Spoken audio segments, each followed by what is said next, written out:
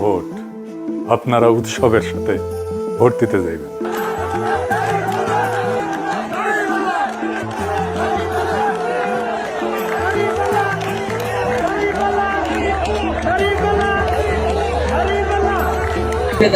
অবশ্যই দাঁড়িপাল্লা।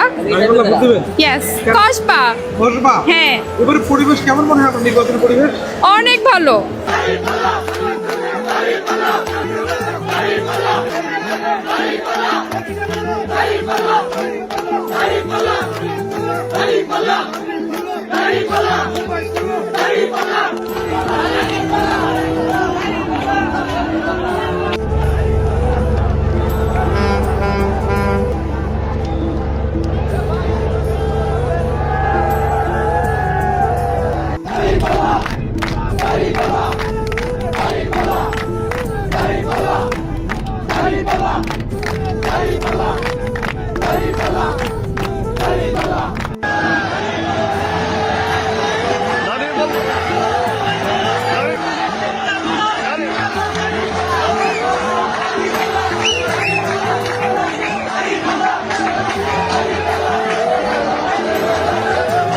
এত বছর ধরে ভোট মানেই ছিল ভয়, কারচুপি, নাটক আর আগেই লেখা ফলাফল।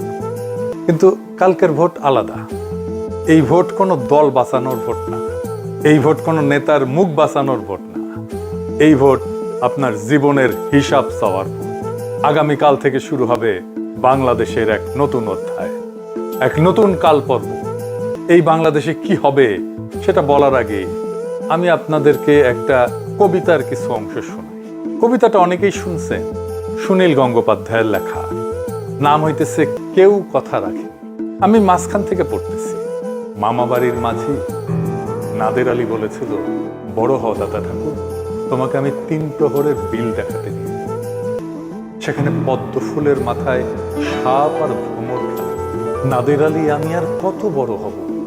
আমার মাথায় ঘরের ছাদ ফুঁড়ে আকাশ স্পর্শ করলে তারপর তুমি আমায় 3 প্রহরের বিল দেখাবে? একটাও রয়্যাল গুলি কিনতে পারিনি কখনো। লাঠি লজেন্স দেখিয়ে দেখিয়ে চুষেছে লস্কর বাড়ির ছেলেরা। ভিখিরির মতো চৌধুরীদের গেটে দাঁড়িয়ে দেখেছি ভিতরের রাস উৎসব। অবিরল রঙের ধারার মধ্যে সুবর্ণ কঙ্কন পরা ফর্সা রমণীরা কত রকম আমোদে হেসেছে। আমার দিকে তারা ফিরেও চায়। বাবা আমার কাজ ছুঁয়ে বলেছিলেন, দেখিস একদিন আমরাও। বাবা এখন অন্ধ। আমাদের দেখা হয়নি কিছুই। সেই রয়্যালগুলি, সেই লাঠি লজেন্স, সেই রাস উৎসব আমি কেউ ফিরিয়ে দেবে। আপনি কই বাচ্চাটা না যে একটাও রয়্যালগুলি কিনতে পারেনি শৈশবে? আপনি কই শিশুটা না যাকে দেখিয়ে দেখে লেবেন চুষ খেয়েছে লস্কর বাড়ির ছেলেরা? আপনি কি সেই কিশোরটা না যে ভিখিরির মতো চৌধুরীদের বাড়ির গেটে দাঁড়িয়ে দেখেছে ভিতরের উৎসব, কেউ আপনার দিকে ফিরেও তাকায়নি? আপনি কি সেই কিশোরটা না যার কাঁধে আপনার অক্ষম দরিদ্র বাবা হাত রেখে পরম মমতায় বলেছিল, দেখিস একদিন আমরাও? আপনি তো সেই যার দেখা হয়নি কিছুই, কোনো স্বপ্নই পূরণ হয়নি। আপনি তো জানেন আমাদের স্বপ্ন পূরণ হওয়ার না। আজকে আপনি কি সেই পিতা না যে ঠিক আপনার বাবার মতোই আপনার সন্তানের একটা সামান্য আবদার পূরণ করতে পারছেন না? আপনার স্ত্রীর জন্য একটা শাড়ি উৎসবে, অন্য কখনো না। সন্তানের জন্য কাপড় জুতা উৎসবে, অন্য সময় না, সব সময় কিনে দিতে পারছেন না। অসুখের চিকিৎসা, স্কুলের বেতন, বাসার ভাড়া, সপ্তাহান্তে একটু মাছ বা মাংস তুলে দিতে পারছেন। আমরা অধিকাংশই পারি না। এটা কোনো জীবন? আমাদের বাবা মায়েরা একটা বাচ্চাকে মাদ্রাসায় দেয়। কেন দেয় জানেন? অনেক কারণ আছে, কিন্তু একটা বড় কারণ, তারা জানে তার ইহজগতে সে সুখ পায়নি, শান্তি পায়নি। বড় জগতেও যদি একটু শান্তি পায়, খোদা তাআলা যদি রহম করেন, তাহলে বেহেশতে যদি জায়গা দেন। কিন্তু কিভাবে দিবেন? জীবনে তো কোনো সওয়াব অর্জন করতে পারেনি সে তো গুনাহগার। মানুষ মারা গেলে তার আমল বন্ধ হয়ে যায়, কিন্তু 3টা জিনিস চলতে থাকে: সাদকায়ে জারিয়া, উপকারী ইলম এবং নেক সন্তান যে তার জন্য দোয়া করে। সাদকায়ে জারিয়া কেমনে থাকবে? তার তো সংসারই চলতো না। আর ইলম থাকলে তো এই ব্যর্থ জীবন থাকতো না। একটাই আছে উপায়, যদি সন্তান নেক হয়, নেক সন্তান যদি আমার থাকে, তার দোয়া আমার আমলে যুক্ত হবে। তাই মাদ্রাসায় বাচ্চাদের দেয়, যেন ওই বাচ্চার উসিলায় খোদা তাআলার দয়া হয়, রহম করেন, বেহেশতে একটু জায়গা দেন। আপনি ইহজগতে তার একটা মর্যাদার জীবন নিশ্চিত করতে পারলেন না, তার জীবনে ন্যায় ইনসাফ দিলেন না। আপনার জুডিশিয়ারি করাপ্ট, টাকা দিয়ে রায় কেনা যায়, আপনার আমলাতন্ত্র দুর্বিনীত, আপনার পুলিশ নির্মম, আপনার রাষ্ট্র অন্ধ, তাকে আপনি কিছুই দিতে পারেন। আবার তার আল্লাহ খোদা, যার কথা চিন্তা করে ইহজগতের যন্ত্রণা সে সহ্য করে, তারে আপনি কাইরা নিতে চান কেন? বাইরে কোন অধিকারে, কোন সাহসে নিতে চান? এমপি হইবেন, হইয়া যাদের ভোটে এমপি হইবেন তাদের কথা ভুলে যাবেন। হ্যাঁ, অবশ্যই ভুলে যাবেন। আপনি প্রথমে শুল্কমুক্ত গাড়ি আমদানি করবেন, তারপরে ঢাকার একটা প্লটের আবেদন করবেন। লজ্জা লাগে না? আপনি দেশ বা মানুষের সেবা করতে আসেন, আসছেন রাষ্ট্রের সম্পদ লুট করতে। হাসিনার আমলে $234 বিলিয়ন লুট করে নিয়ে গেছে হাসিনা এবং তার লোকজন। কত টাকা জানেন? বাংলাদেশের মতো 4টা দেশকে 1 বছর চালানো যায় এই টাকায়। কি বিপুল পরিমাণে টাকা! এটা নিয়ে অল্প কিছু মানুষ, সবাই এখন বিদেশে বসে মৌজ মাস্তি করতেছে। কোনোটাই নিজের উপার্জনের টাকা না। এ টাকা তো হাসিনার আমলে, বাংলাদেশ স্বাধীন হওয়ার পর 55 বছরে এইরকম টাকাই পাচার হয়েছে প্রত্যেক বছর। আমরা গরিব না তো, আপনি গরিব না, আপনাকে গরিব বানায় রাখা হয়েছে, আমাদেরকে গরিব বানায় রাখা হয়েছে। এটা আপনার টাকা। এই $234 বিলিয়ন আপনার টাকা। আপনার টাকা চুরি হয়েছে জন্যই তার ঘাটতি আপনার কাছ থেকে পুষায় নেয়। এই চুরি যদি না হইতো, তাহলে আজকে যে সাবান 55 টাকায় কিনতেছেন সেটা আপনি 5 টাকায় কিনতে পারতেন। আপনি যদি শুধু টাকা চুরি ঠেকাইতে পারেন, টাকা পাচার ঠেকাইতে পারেন, আর কিচ্ছু করা লাগবে না, আপনি 55 টাকার সাবান 5 টাকায় কিনতে পারবেন। এই টাকা পাচার করে কিভাবে জানেন? ব্যাংক থেকে লোন নেয় আর শোধ দেয় না। ব্যাংকের যে ম্যানেজার ডিরেক্টর যে লোনটা দিছে সেও জানে এই টাকাটা ফেরত আসবে না, নিজেরাও কিছু নেয় আর লোন স্যাংশন করে দেয়, আর টাকাটা লোন নিয়ে পাঠায় দেয় দেশের বাইরে হুন্ডি করে, আর শোধ দেয় না টাকাটা। এইটারে বলে খেলাপিরি। টাকা পাচারের সবচেয়ে বড় সিস্টেম হইতেছে এই খেলাপিরি। এই ঋণ শোধ করতে হয় না, খালি রিশিডিউল করে, মানে টাকা দেওয়ার টাইম আসলে টাইম বাড়ায় না, লোন শোধ করে। এইভাবে চলতে চলতে চলতে চলতে এক সময় ব্যাংকই বলে, আরে এ টাকা ফেরত আসবে না, বাদ দাও, লিল্লা করে দাও। কি মজা! বিএনপি বলতেছে দুর্নীতি দূর করবে, টাকা পাচার থামাবে, পারবে না। টাকা পাচার করার জন্য তো বিএনপি ইলেকশনে আসছে। এদের ক্যান্ডিডেটদের 59% খেলাপি ঋণ আছে, মানে 300 ক্যান্ডিডেটের মধ্যে 177 জনের খেলাপি ঋণ আছে। সে দেখে শুনেই এই চোর ডাকাতদের নমিনেশন দিচ্ছে। আপনাদের ভোট দিবেন আর 55 টাকার সাবান 70 টাকায় কিনবেন। এখন দেশে থাকতে ঈদের সময় নানা ধরনের অনুষ্ঠান হয়, সংবাদ হয়। একটা সংবাদ দেখছিলাম, একজন বুড়ি মহিলা, তাকে জিজ্ঞেস করছে, ঈদের দিনে আপনি কি খাবেন? ওই বুড়ি মহিলা বলছে, একটা ডিম পাইলে রান্না করে খাইতাম। এইটা আমাদের দেশের মানুষ, আর এই দেশের মানুষের টাকা চুরি করে, এই দেশের মানুষের টাকায় ফুটানি করে। তো বিএনপি না আসলে তাহলে কি হবে? নাই, তাদের দলে চোর নাই, তাদের ক্যান্ডিডেটদের মধ্যে খেলাপি ঋণ নেওয়ার লোক নাই। তারা আগে ক্ষমতা তো ছিল না, তাদের বিরুদ্ধে লুটপাতের কোনো ইতিহাস নাই, তারা পারফেক্ট না, আমি জানি, কিন্তু তারা ক্লিন, পরিষ্কার এই রাষ্ট্রকে গড়ে তোলার যে পরিস্থিতি তাদের, তার মধ্যে কোনো খাদ নাই, এই প্রতিশ্রুতির মধ্যে কোনো প্রতারণা নাই। আর এই 12 তারিখে জামাত এনসিপি জিতলে আমরা কোথায় যাব? মির্জা ফখরুল বলছেন আমরা নাকি দেশটাকে পিছাই নিয়ে যাব। যে ঠিকই বলছেন, আমরা পিছায় যাব খেলাফায়ে রাশেদিনের ইনসাফের যুগে।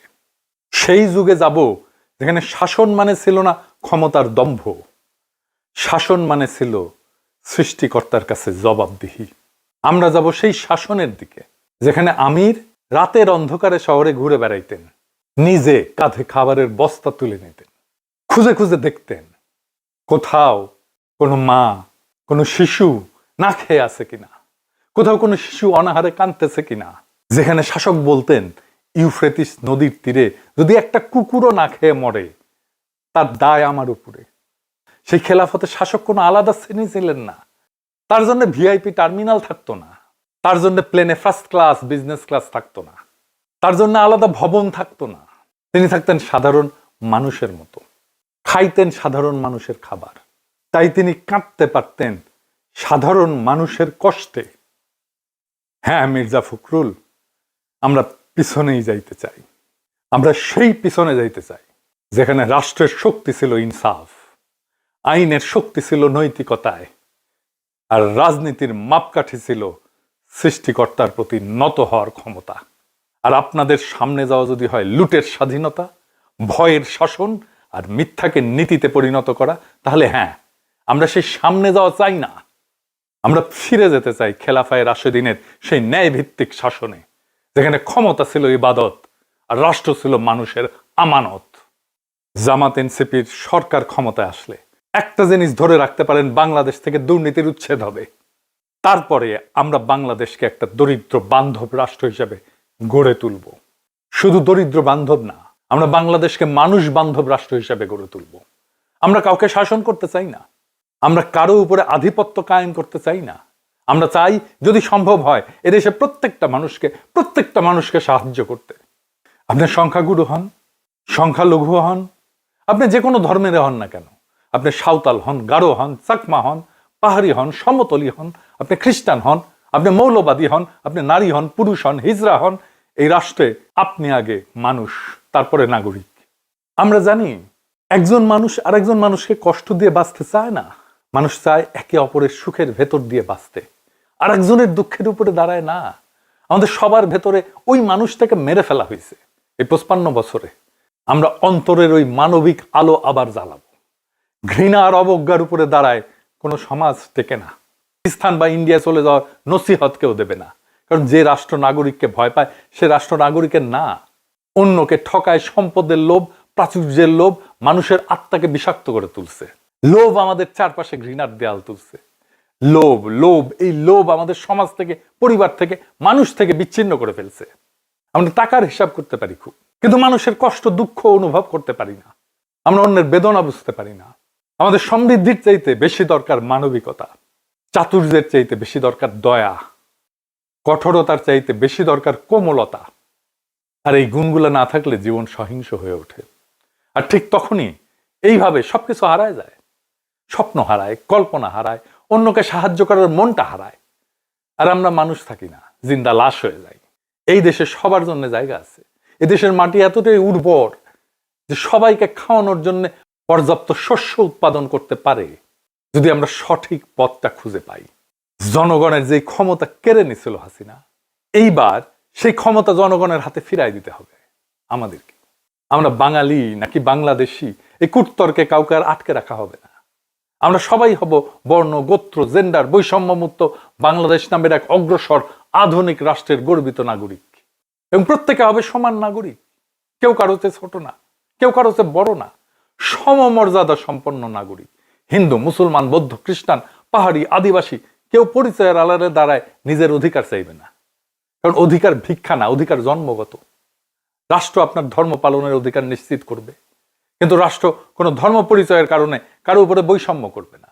আপনাকে মসজিদে ঢুকে কেউ পিটাবে না, আপনার মন্দিরের বিগ্রহ কেউ ভেঙে দেবে না। রাষ্ট্র তো কোনো দেবতা না, রাষ্ট্র মানুষের তৈরি। এই রাষ্ট্রকে কোনো রাষ্ট্রীয় প্রতিষ্ঠানকে দানব হয়ে উঠতে দেওয়া যাবে না। আমরা দেশের প্রতিরক্ষার জন্য শক্তিশালী গণপ্রতিরক্ষা ব্যবস্থা করব, সশস্ত্র বাহিনীর গণসম্পৃক্তি বাড়াবো। আর আমি বলতে চাই আমাদের সৈনিকদের, আমাদের পুলিশদের, আনসারদের, বিজেপিদের, নিজেদের হাসিনার মতো অমানুষের হাতে আর তুলে দিয়েন না। হাসিনা আপনাদের মানুষ মনে করতো না, আপনাদের এমন বানায় ফেলছিল যে আপনাদের জনতার মুখোমুখি দাঁড় করাই দিছিল। পুলিশ কোনো দুর্ঘটনায় মারা গেলে বলতো মানুষ আলহামদুলিল্লাহ। আপনারা কি এই জীবন চান? সারা দেশের মানুষের ঘৃণা নিয়ে বাঁচতে চান, নাকি চান যে বাংলাদেশের শিশুরা আপনাদের দেখে স্যালুট দিক? রাস্তায় মানুষ আপনাকে দেখে এক কাপ চা খাওয়াইতে পারলে নিজেকে ধন্য বলে মনে করুক। যারা আপনাদের অমানুষ খুনি বানাতে চায়, যারা আপনাদের দুর্নীতিগ্রস্ত বানাতে চায়, যারা আপনাদের চিন্তা, অনুভূতি, জীবন নিয়ন্ত্রণ করতে চায়, তাদের জন্য লড়াই করেন না। ওটা আপনার লড়াই না। ওদের জন্য অস্ত্র ধরেন না। বিশ্বাস করেন, রাস্তায় যখন স্লোগান দিছে কয়েকদিন আগে 1, 2, 3, 4 পুলিশের, বিশ্বাস করেন আমার হৃদয়টা ভেঙে গেছে। এইভাবে তো রাষ্ট্র টিকবে না। পুলিশ ছাড়া আমরা রাষ্ট্র চালাবো কিভাবে? এটা সিরিয়াস একটা সংস্কার লাগবে, একটা সিরিয়াস রিকনসিলিয়েশন লাগবে জনতা এবং পুলিশের। কিন্তু আপনাদের একটা কাজ, সৈনিক, পুলিশ, আনসার, আর বিজিবি আপনাদের করতে হবে এই 12 তারিখে পূর্ণ পেশাদারিত্বের সাথে কাজ করতে হবে। আপনার পছন্দের দল হেরে গেলেও আপনার সামনে হেরে যাক, হারাই উচিত।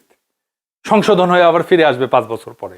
একটাই কাজ করবেন, কোনো কারচুপি, কোনো ভোট ডাকাতি, কোনো প্রতারণা আপনার সামনে হইতে দেন না। ভোট মানুষের আমানত, সেটা রক্ষার দায় পবিত্রতার সাথে পালন করেন। আমরা একটা নতুন বাংলাদেশ গড়ে তুলবো ইনশাল্লাহ। একসাথে উৎসবের সাথে ভোট দিতে যাবেন, আপনারা নির্ভয়ে ভোট দিতে যাবেন, আনন্দ করে ভোট দিতে যাবেন। 12 তারিখ জাতির আজাদির দরজা আপনিই খুলে দিতে পারেন, চাবি আপনার হাতে। জি, ব্যালটই চাবি। একজন ন্যায়পরায়ণ সৎ প্রতিনিধি নির্বাচন করেন। যদি একজন ন্যায়পরায়ণ শাসক প্রতিনিধিকে আপনি নির্বাচিত করতে পারেন, পরদিন থেকে আপনি আবিষ্কার করবেন এই দেশে কোনো নাগরিককে সীমান্তে খুন করার কারো সাহস হবে না। আন্তর্জাতিক আইন অগ্রাহ্য করে আমাদের নদীর পানি আটকে দেওয়ার দুঃসাহস কোনো রাষ্ট্র দেখাতে পারবে না। কেউ ক্ষমতার দম্ভে আমাদের মাথার উপরে ছড়ি ঘোরানোর কল্পনাও করতে পারবে না। মানুষ মানুষকে ভালোবাসতে শিখবে। ঘৃণার চাষবাস করে রাজনীতি করা অসম্ভব করে তোলা হবে। তরুণ পাবে শিক্ষা, যুবক পাবে কাজ, মুরব্বীরা পাবে সম্মান, নারীরা মর্যাদা পাবে। নারী নির্যাতন নামায় আনা হবে শূন্যের কোঠায়। সমাজে এবং রাষ্ট্রে ইনসাফ কায়েম করা হবে। ভয়, শঙ্কা আর অনিশ্চয়তা থেকে মুক্ত একটা সফল, নির্বিঘ্ন, আনন্দময় জীবন প্রত্যেক নাগরিকের অধিকার হবে। এইটাই আজাদি। তাহলেই বাংলাদেশ নামের এই ভূখণ্ড শুধু মানচিত্র হিসেবে টিকে থাকবে না, মানুষের হৃদয়ে অমিত সম্ভাবনার নাম হয়ে উঠবে। আসেন 1971-এর স্বাধীনতার ঘোষণাপত্রের অমর 3 নীতি, সাম্য, মানব সত্তার মর্যাদা আর ইনসাফের ভিত্তিতে একটা নতুন বাংলাদেশ গড়ার জন্য একত্র হই। যে রাষ্ট্র আমাদেরকে গড়তে দেওয়া হয়নি 55 বছরে, সেই রাষ্ট্র গড়ার সুযোগ আজ আমাদের সামনে। আজাদির বাংলাদেশ আজ আমাদের খুব কাছে। এই আজাদির মানে কোনো পতাকা না, এই আজাদির মানে কোনো দলের জয় না। এই আজাদির মানে একজন মানুষ আর একজন মানুষকে ভয় না পাওয়া। আজাদির মানে একজন বাবা তার সন্তানের চোখে চোখ রেখে বলতে পারবে, আমি চেষ্টা করছি, আমরা চেষ্টা করছি। আজাদির মানে একজন মা আর আল্লাহর কাছে কাঁদতে কাঁদতে বলবে না, হে আল্লাহ, ইহজগতে শান্তি দাও নাই, পরজগতে দিও। আজাদির মানে এই রাষ্ট্র আর দরিদ্র মানুষের কাছে পা দিয়ে দাঁড়ায় দানব হয়ে উঠবে না। রাষ্ট্র হবে মানুষের আশ্রয়, রাষ্ট্র হবে মানুষের আমানত। আমরা অনেক কিছু হারাইছি, স্বপ্ন হারাইছি, বিশ্বাস হারাইছি, একজন আর একজনকে ভালোবাসার ক্ষমতাও হারাইছি। কিন্তু আজও একটা জিনিস আমাদের হাতে আছে, সেটা ভোট। এই ভোট কোনো কাগজ না, এই ভোট কোনো মূল্যহীন জিনিস না। এই ভোট আপনার সন্তানের ভবিষ্যৎ, এই ভোট আপনার বাবার অপূর্ণ স্বপ্ন, এই ভোট আপনার মায়ের নীরব কান্না। 12 তারিখ আপনি যখন ব্যালট হাতে নেবেন, মনে রাখবেন আপনি শুধু একজন প্রতিনিধি বাঁচতেছেন না, আপনি ঠিক করতেছেন এই দেশে মানুষ মানুষ হয়ে বাঁচবে নাকি সংখ্যায় পরিণত হবে।